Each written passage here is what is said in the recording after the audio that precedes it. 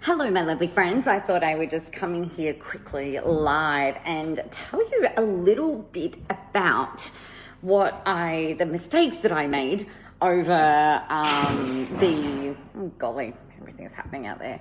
Over the last few years the last probably 10 plus years actually, with all of the things that I've done in terms of the mistakes that I've made over the Christmas period and the really interesting things. So I remember going back to 2010, when I first started this business, I was still working in corporate, right? And there was a big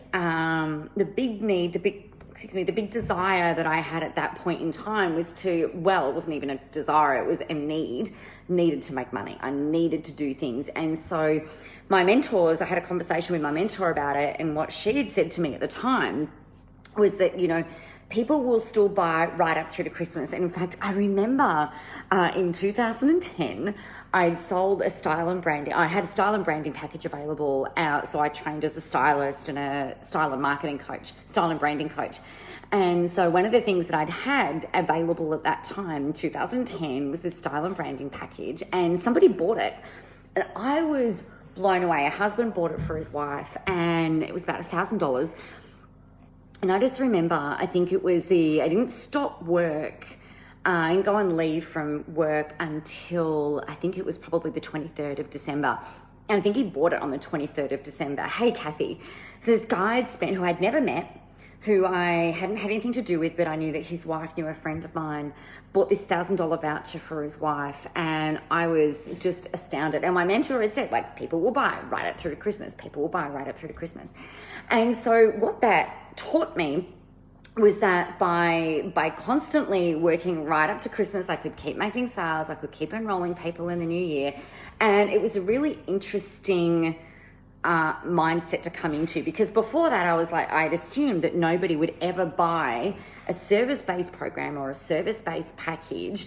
In the lead up to that, it's like everybody stops doing shit at, the 15th or the something of December. I just thought, there's no way people are going to buy coaching. I've had my best weeks in the week leading into Christmas, historically. Hi, Colette. Hi, Kathy. How are you?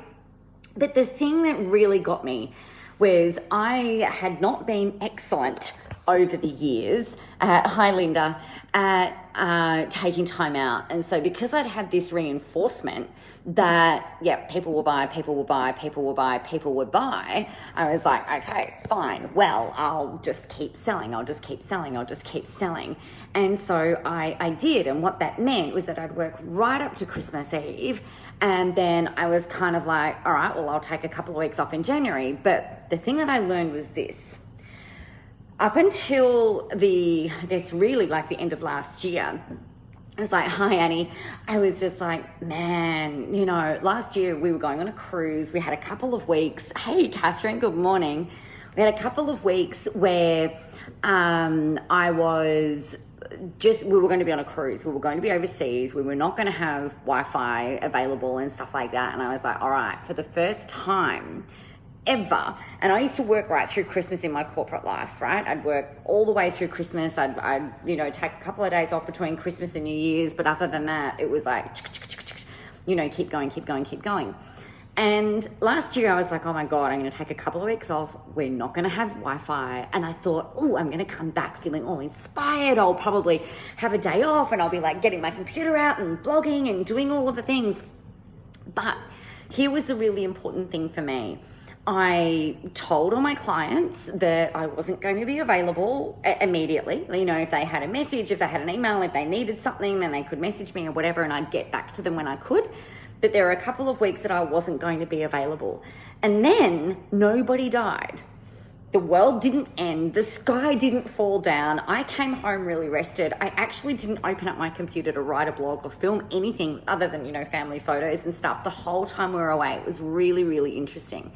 So that happened last year. So this year I've kind of gone, well, I'm just going to pretend, like after the clusterfuck of a year that we've had, I'm like, all right, I'm really tired this year, you guys. I know that I haven't been doing lives in the last couple of weeks, and I've been really tired. Hey, Rebecca, I've been really focusing and working on myself, recovery, really just listening to my body and what it needs and what my head needs and all of that kind of thing. And so I've been in a bit of a wind down mode. I was chatting to a girlfriend about this and she said, you can't feel guilty about this. This is really good.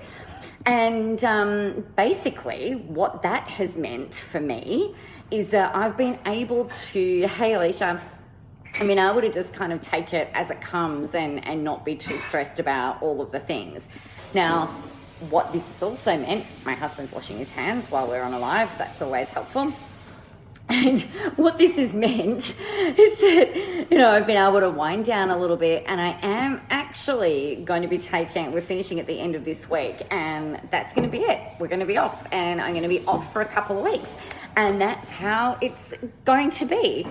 When I was chatting to my girlfriend about this, she goes, oh my God, Nick, this is perfect. All of us feel like we have to be doing more. And it's just like, well, maybe we don't need to be. What I am doing though is I'm like, all right, I'm going to have a couple of weeks out. We're going to go and visit family so long as borders don't shut and all that sort of shit. And then come back on the 4th of January, refreshed, ready to go into the new year. And I'm really hoping that, hang on a second, really hoping that the year is at the 1st of January, that this year is kind of done, that we're happy just to leave that go. But what's really important, and the thing that I have learned, is that most businesses and most people don't actually start back early on. But what happens is everybody else in your market is sleeping, right? Everybody else in your market is kind of like in slow down mode through January or not working mode in January. And then what happens is that they hit the end of January like, holy fuck, it's now February. And then February goes by in a blink of an eye. And then it's insane, because then you've got, it's March and then the first quarter's gone. So it's just ridiculous. So I've decided, oh good, we've got coffee making now happening. So what I've decided is, I'll put you on camera. I need a coffee. Do you want to be on camera? No. I'm talking, it's like my public live. My husband's just walked in, started to make coffee, and he's all of his painting gear. So he would love to be on the internet right now, I'm sure. Stop it. No. Dude, what the heck?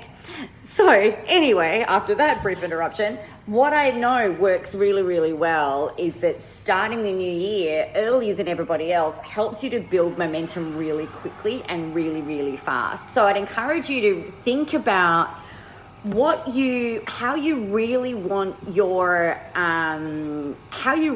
stuff to look, how you really want your life to look. Yes, thanks, Catherine. Yeah, I'm going to put my order in a second because I need to finish this one first.